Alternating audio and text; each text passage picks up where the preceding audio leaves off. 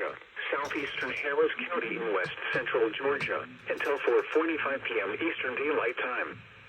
At 3:57 p.m. Eastern Daylight Time, a severe thunderstorm capable of producing a tornado was located over Midland, Oregon, 10 miles northeast of Columbus, moving northeast at 40 miles per hour.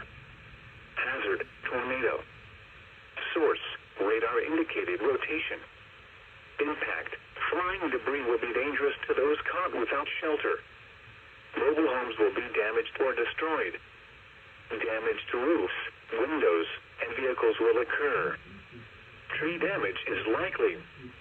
Locations impacted include Ellerslie, Flat Rock, Junction City, Midland, Baldwinville, Bogville, Eupatoy, Olive Branch, Talbotton, Hoodlity Crossroads, Geneva, and Waverly Hall. Take cover now. Move to a basement or an interior room on the lowest floor of a sturdy building. Avoid windows. If you are outdoors, in a mobile home, or in a vehicle, move to the closest substantial shelter and protect yourself from flying debris.